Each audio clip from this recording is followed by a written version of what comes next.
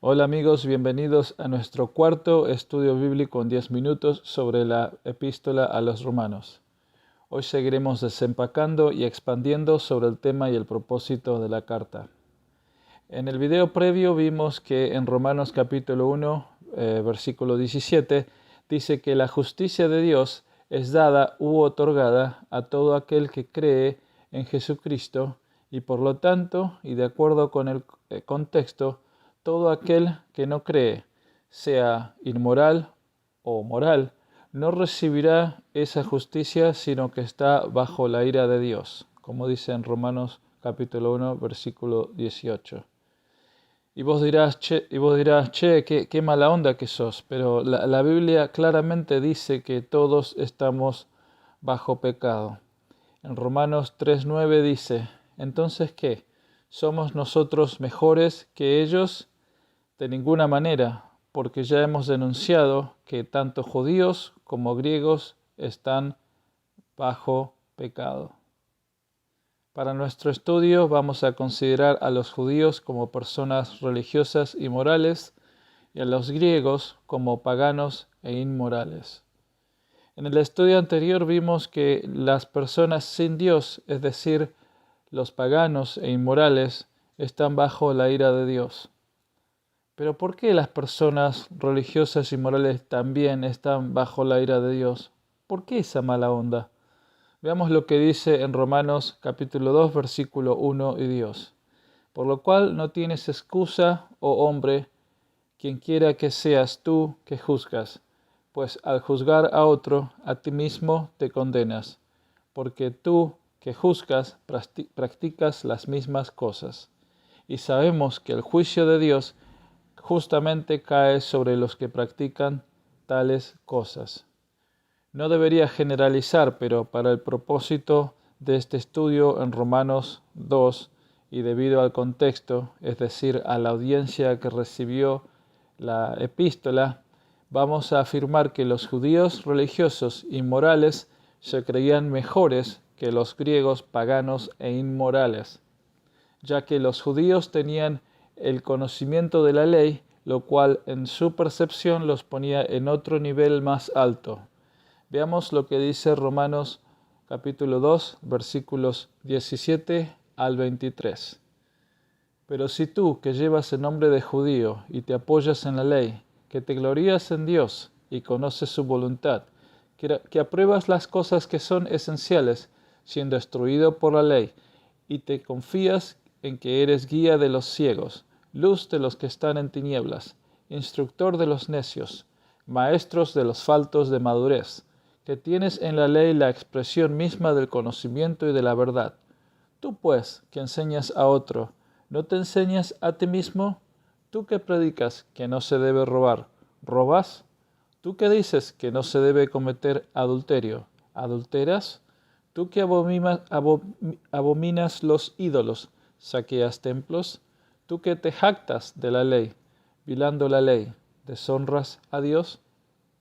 Es decir, que en este contexto las personas morales se creen mejor que las personas inmorales, ya que tienen un conocimiento que los pone en un estatus por encima de los inmorales y los habilita a tomar decisiones que los indoctos o incultos no tienen capacidad de entender. Ahora voy a dar mi opinión con respecto a cómo esto se aplica a la realidad.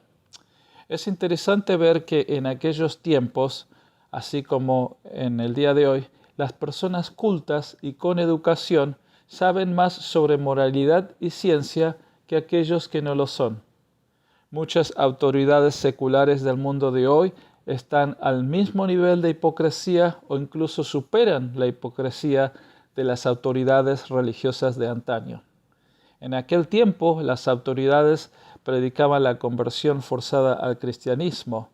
Hoy, las autoridades predican la conversión forzada al humanismo y al progresismo. Da la impresión que, como se ve hoy en día, parece que se viene una nueva edición de la Inquisición, esta vez no religiosa, sino humanística y filosófica, que perseguirá a aquel que no cree en el progresismo y lo marcará como intolerante, patriarcal, elitista, fascista, entre muchas otras cosas más. Pero bueno, volvamos al enfoque de nuestro estudio, que es lo espiritual. Cuando los líderes religiosos no buscan de Dios ni se arrepienten, se volverán hipócritas y terminarán diciendo: hagan lo que yo digo, pero no lo que yo hago, y darán mal testimonio al nombre de Dios. Los siguientes versículos dan duras palabras para los líderes que tienen un corazón duro. Veamos lo que dice Romanos capítulo 2, versículo 4. ¿O tienes en poco las riquezas de su bondad, tolerancia y paciencia, ignorando que la bondad de Dios te guía al arrepentimiento? Versículo 5. Mas por causa de tu terquedad y de tu corazón no arrepentido, estás acumulando ira para ti en el día de la ira y de la revelación del justo juicio de Dios. Ahora nos salteamos al versículo 24 y 25, que dice: porque el nombre de Dios es blasfemado entre los gentiles por causa de vosotros, tal como está escrito: pues ciertamente la circuncisión es de valor si tú practicas la ley, pero si eres transgresor de la ley, tu circuncisión se ha vuelto incircuncisión. Duras palabras. Pero eso, en vista de lo que leímos en Romanos 2, podemos concluir que las autoridades religiosas y también nosotros debemos siempre tener una actitud de humildad y de arrepentimiento delante de Dios para que no caigamos en la hipocresía.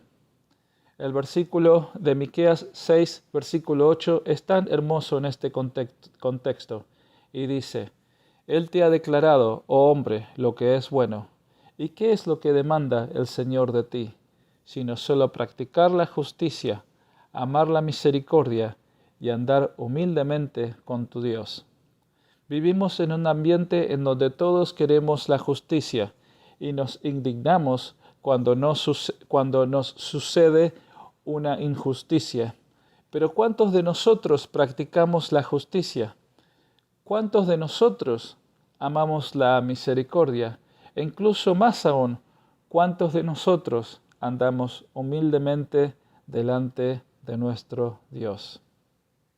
Hay que notar que se podría decir muchísimo más sobre estas cosas, pero dada la brevedad de estos videos, nos restringiremos a los elementos fundamentales de esta carta. Así que, resumiendo este estudio, consideremos nuestro corazón y dejemos que la bondad de Dios nos guíe al arrepentimiento. No endurezcamos nuestro corazón delante de Dios. No tengamos en poco las riquezas de su bondad, de su tolerancia y de su paciencia. Finalicemos este estudio de hoy repitiendo el versículo de Miqueas capítulo 6, versículo 8, ya que resume de manera preciosa lo que queremos comunicar, pero esta vez utilizaré una versión diferente. Ya te ha declarado lo que es bueno. Ya se te ha dicho lo que de ti espera el Señor. Practicar la justicia, amar la misericordia y humillarte ante tu Dios. Bueno, por ahora me despido esperando que este contenido te haya sido de bendición y nos vemos en el próximo estudio.